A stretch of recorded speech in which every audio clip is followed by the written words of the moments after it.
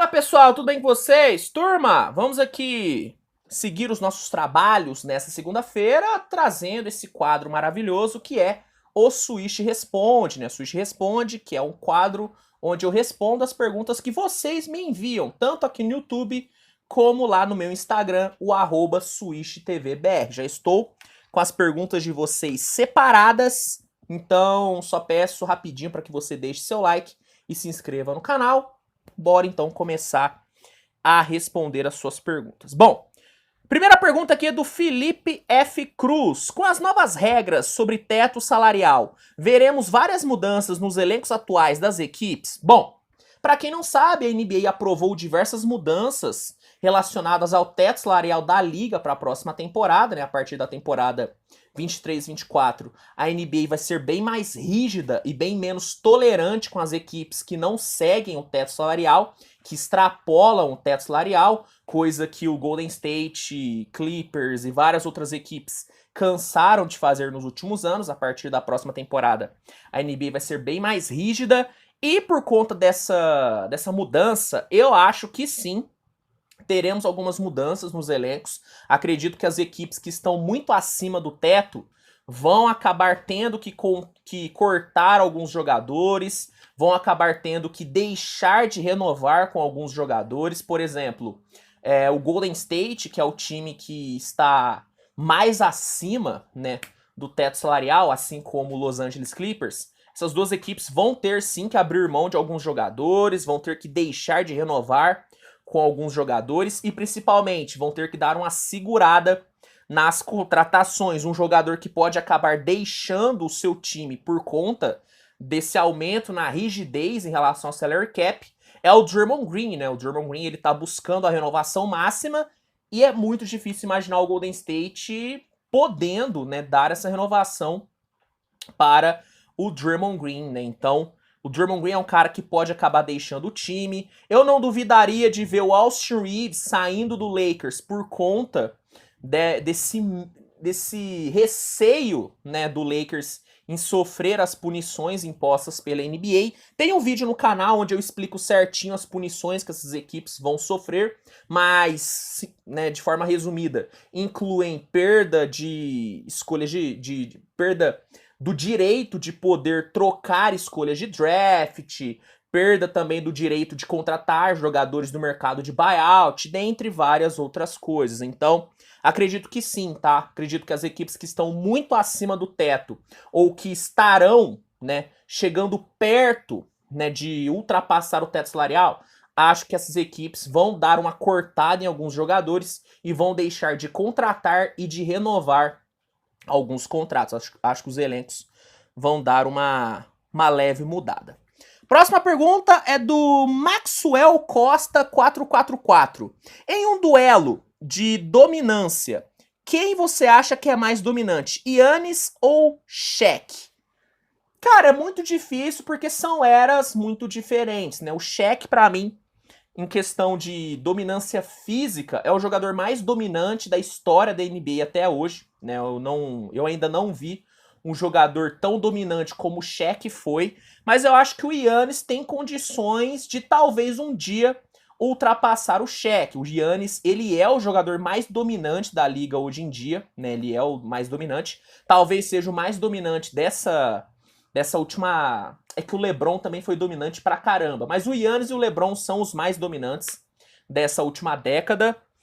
Mas eu ainda acho que o Shaq, ele é o mais dominante. Fisicamente, ele ainda é o mais dominante da história. Ele ainda é o mais dominante da história. A galera esquece que o Shaquille O'Neal, quando ele começou lá no Orlando Magic, ele era bem mais móvel do que ele foi no Lakers. No Lakers ele se tornou esse pivô completamente pesadão, que não saía do garrafão. No Orlando Magic, cara, ele puxava contra-ataque, puxava transição, busca alguns jogos do Shaq na época do Orlando que vocês vão ver. O cara era absurdamente dominante. Então, apesar de eu achar que o Giannis é o mais dominante da NBA hoje e um dos mais dominantes dessa última geração, eu ainda acho que o Shaq é o cara mais dominante da história da NBA. Em questão física, ele não é o melhor jogador da história, mas ele é o mais dominante na minha opinião. Próxima pergunta é do Tigurfoi. Tirgo foi: você não acha 65 partidas muito exagerado para receber os prêmios? Essa é uma das mudanças que a NBA aprovou para a próxima temporada. A partir da próxima temporada, para um jogador ser elegível para o MVP, para o DPOY, para o Rook of the Year, esse jogador vai ter que disputar pelo menos 65 partidas. Eu, particularmente, acho extremamente justo. Eu não concordo com o jogador ganhar o MVP sendo que não atuou nem em 70 partidas. Eu acho injusto. Então, essa mudança aqui de estipular o número mínimo de 65 jogos para o cara ser elegível para os prêmios individuais, eu acho essa mudança perfeita e eu até colocaria 70 jogos. Eu sou bem mais rígido, né? Eu colocaria pelo menos 70 jogos, mas 65 tá de bom tamanho para mim. Eu acho bem justo, tá? Eu não acho injusto, não. Próxima pergunta é do Maicon de Lima 587. Lakers tem chance de chegar nas finais do Oeste ou da NBA? Cara, o Lakers é um dos times que melhor está fechando a temporada regular. Tá, o momento do Lakers é muito bom. O Lakers vive o melhor momento da temporada, o seu melhor momento da temporada. O time tá jogando muito bem, o Anthony Davis tá jogando demais, o LeBron voltou bem da lesão. Mas eu ainda vejo times no Oeste mais confiáveis do que o Lakers, como o Denver, como o Memphis, né? São times que eu confio um pouquinho mais do que o Lakers. Mas eu acho que o Lakers tá, cara, tá no jogo, tá? Eu acho que o Lakers tá no jogo. Eu acho que o Lakers não deixa muito a desejar do que, por exemplo, o Golden State, do que, por exemplo, o Minnesota. Eu acho que o Lakers não deixa tanto a desejar para essas equipes. Um próprio Clippers, eu acho, tá? Eu acho que o Lakers não deixa tanto a desejar.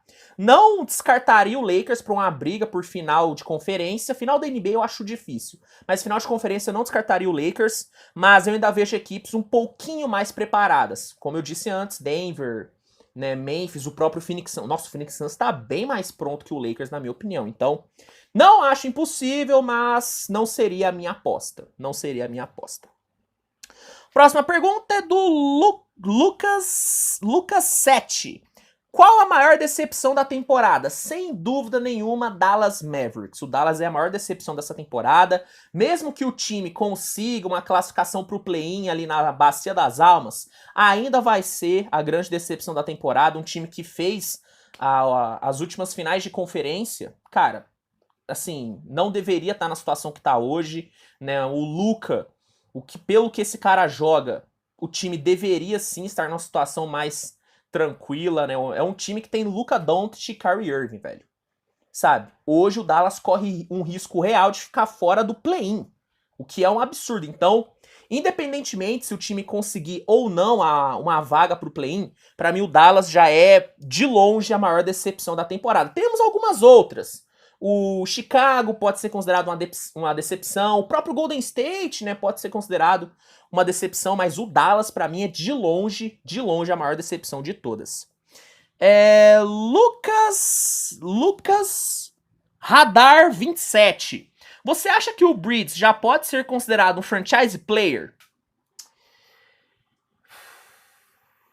Cara, o Mikal Bridges, ele tá muito perto de se tornar o franchise player do Brooklyn Nets. Hoje ele é a grande referência do time, mas eu ainda não consigo, sabe, dar o crachá de franchise player para ele. Ele tá muito perto de se tornar, ele está caminhando para, mas hoje eu ainda não cravaria que ele é o franchise player do time. Eu não cravaria, mas ele tem totais condições, né? Fiquei meio em cima do muro, mas essa é a minha opinião. Eu acho que ele pode vir a ser, mas ele ainda não é. Ele ainda precisa, sabe, manter esse nível ofensivo durante um tempo um pouquinho maior, né?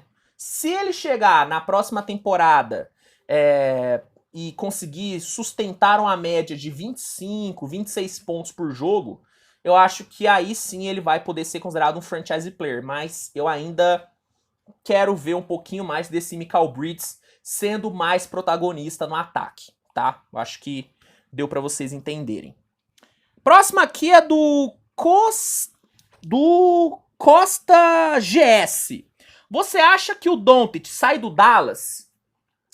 Olha, na minha opinião, se o Dallas ficar fora do play-in, ou se o Dallas fazer o que parece que tá pensando em fazer, que é abrir mão dessa reta final de temporada para pensar no draft, se uma dessas duas coisas acontecer, eu acho que tem chance sim do Luca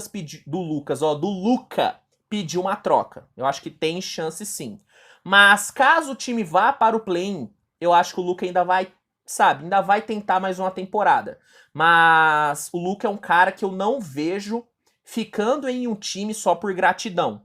Se o Dallas não der para ele um time mais competitivo para a próxima temporada, mesmo indo para o play-in nessa, eu acho que o Luca pode começar a cogitar um pedido de troca. Não me surpreenderia.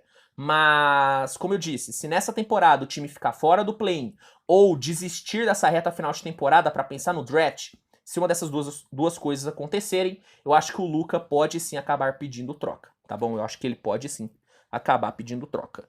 Próxima pergunta do Hugo Xavier 01. Fala, Luiz! Fala os desenhos mais marcantes que você já assistiu. Cara, falando de desenho e não de anime, porque tem diferença, né? Anime não é desenho, anime é anime, desenho é desenho. Falando sobre desenho, olha, eu acho que Simpsons é um dos que mais me marcou, é um dos que mais marcou minha infância. Pica-Pau, assisti pra caramba também Pica-Pau, mas eu diria que Simpsons. Simpsons foi o que mais marcou, foi o que eu mais assisti. Rick and Morty também, mas falando de desenho, ficaria com Simpsons. Se aí for considerar anime, aí Naruto, Attack on Titan são os que eu mais assisti, são os que mais me marcaram. Fullmetal Alchemist também, mas considerando desenho, eu fico com os Simpsons.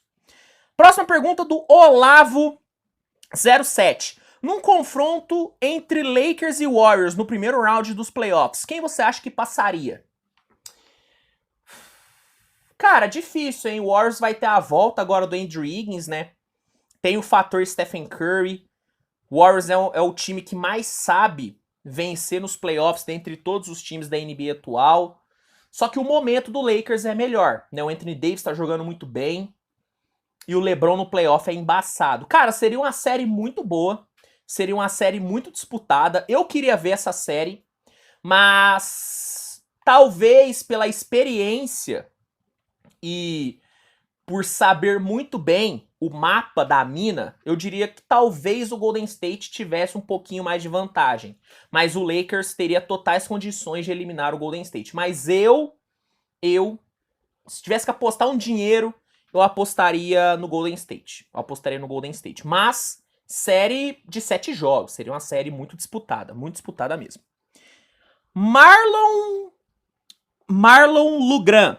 Acredita que o Memphis tem potencial de ser campeão da NBA? Não falo nessa temporada. Cara, pra mim o Memphis tem totais condições de brigar pelo título, tanto nessa temporada como no futuro, velho. É um time extremamente pronto, é um time que tem tudo pra brigar pelo título. É um elenco muito forte, é um elenco muito coeso. Tem jogadores que conseguem impactar dos dois lados da quadra. Tem um defensor de elite, que é o JJJ. Tem um superastro, que é o Ja Morant. Esse superastro tem ótimos companheiros, Dillon Brooks, Desmond Bane, Luke Kennard. Tem um ótimo treinador, que é o Taylor Jenkins. Pra mim o Memphis tem tudo, tá? Pra mim o Memphis é um time que, sabe, inevitavelmente vai disputar o título nos próximos anos. É algo que não tem como impedir. Só se cair um meteoro ali em Memphis ou se o Ja Morant sair. Se uma dessas coisas acontecerem, o Memphis não disputa o título nos próximos anos. Mas se tudo continuar do jeito que tá e o Ja Morant manter a cabecinha no lugar, o Memphis fatalmente vai disputar o título. Assim como o Boston Celtics era visto como um time que fatalmente iria disputar o título e disputou a temporada passada, também acho que o Memphis naturalmente vai acabar sendo esse time que vai brigar pelo título e que pode sim ser campeão. Para mim o Memphis tem totais condições de brigar pelo título. Pedro Paes. Brook Lopes irá levar o Depoy?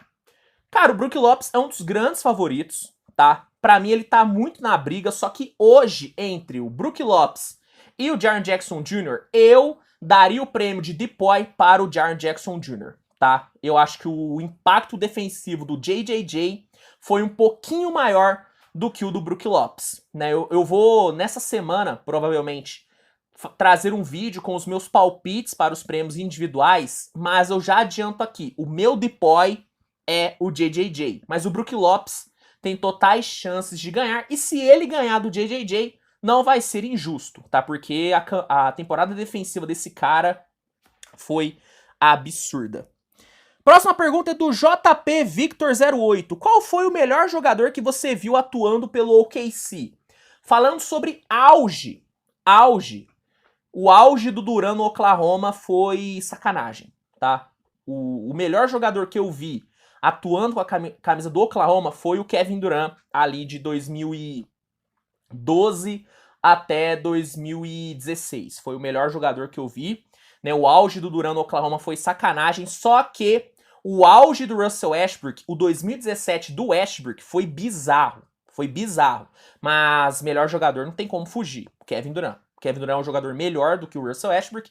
E o auge do Durant no Oklahoma foi melhor do que o auge do Westbrook no Oklahoma. Então eu fico com Kevin Durant. Próxima pergunta aqui é do GCA Underline 2008. Como ficam as renovações do Lakers para a próxima temporada? Bom, o Lakers tem duas grandes renovações que vai ter que negociar nessa próxima off-season, né? Que são as renovações do DeAndre Russell e do Austin Reeves, tá? São as duas grandes renovações que o Lakers vai ter que negociar. Parece que a do D'Angelo tá muito bem encaminhada, parece que o DeAndre Russell tá disposto a receber um pouquinho menos para ficar no Lakers. O problema é a do Austin Reeves, né? O Austin Reeves, ele não tá querendo abaixar a sua pedida salarial, ele vai querer receber o máximo possível, e com essa rigidez maior, né, em relação ao teto salarial, talvez o Lakers não consiga cobrir as propostas que o Austin Reeves vai receber, né? O Lakers tem a prioridade, né, de compra, né, porque o Reeves vai ser, né, um agente livre restrito, mas talvez o Lakers não consiga cobrir as propostas pelo Austin Reeves. Então hoje eu diria que o Lakers está mais perto de renovar com o D'Angelo do que com o Austin Reeves, mas esses dois são os jogadores que o Lakers mais vai ter que quebrar a cabeça para conseguir renovar. Próxima pergunta aqui é da Lari Efigênia. Você acha que com as novas regras de teto salarial, vai ficar difícil ter jogadores ídolos / fiéis às franquias? Cara, pergunta difícil, pergunta complexa. Olha, é um fato que vai ser bem mais difícil você manter um grande jogador no seu time durante muito tempo.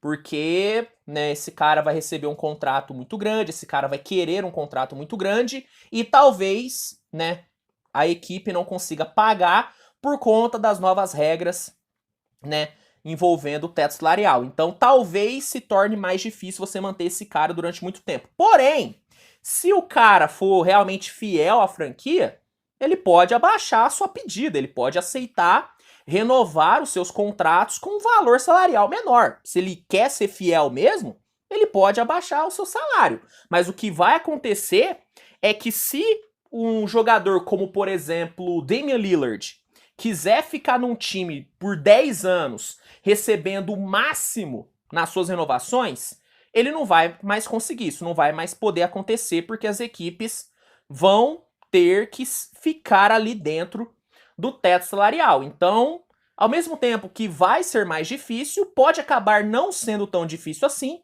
se os caras toparem receber menos.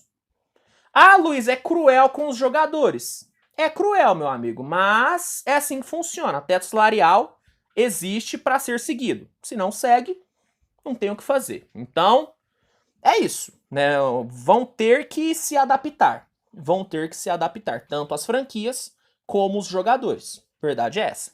Vamos aqui para as últimas perguntas que foram, né, mandadas no último episódio, na última edição do Switch Responde. Ó, primeiro aqui é do Maestro Unlockerson 7604. Será que já é hora do LaMelo rever o que ele quer da carreira dele e cogitar uma saída do Charlotte Hornets? Olha, cara, é duro dizer isso, mas eu acho que o LaMelo desperdiçou alguns anos dele no Charlotte, tá? O LaMelo é um jogador de um talento simplesmente absurdo E principalmente nessa temporada, é óbvio, as lesões dele, né, atrapalharam bastante. Mas o fato do time ser zero competitivo nessa temporada fez com que esse ano do LaMelo tenha sido completamente esquecível, né? As pessoas nem vão se lembrar mais dessa temporada do LaMelo Ball, porque o Charlotte foi uma várzea nessa temporada, né?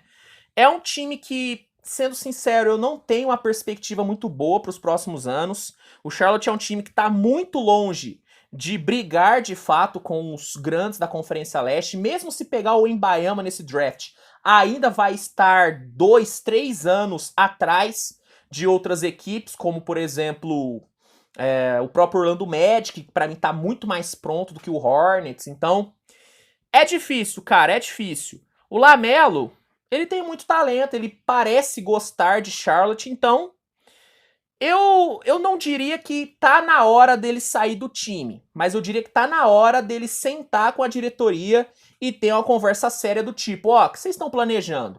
Não quero perder meu tempo aqui. Eu acho que tá na hora dele ter essa conversa, tá? Eu acho que tá na hora dele ter essa conversa. E a última pergunta, para fechar essa edição, foi mandada pelo Pedro Henrique. Fernando, o que você acha sobre a temporada do Clippers? E o que você espera deles na pós-temporada? Acha que tem basquete para beliscar uma final? Cara, basquete, eu diria que não, porque o time não joga tão bem quanto outras equipes do Oeste, como Phoenix, Memphis, Denver, não joga mais. Mas elenco, o Clippers tem para bater final da NBA, cara. O elenco do Clippers, para mim, é o melhor da liga, é o melhor elenco da liga, mas falta o quê? Um treinador, né? Para mim, o Tyronn Lue não é o treinador para esse time, tá? É um treinador que evoluiu muito, que melhorou bastante, isso é inegável. Só que ele ainda é muito pouco, ele é um treinador muito menor do que o elenco do Clippers. Então, basquete não tem, mas elenco tem. Talvez com um treinador melhor para a próxima temporada. Talvez. Para essa, acho difícil esse time beliscar uma final.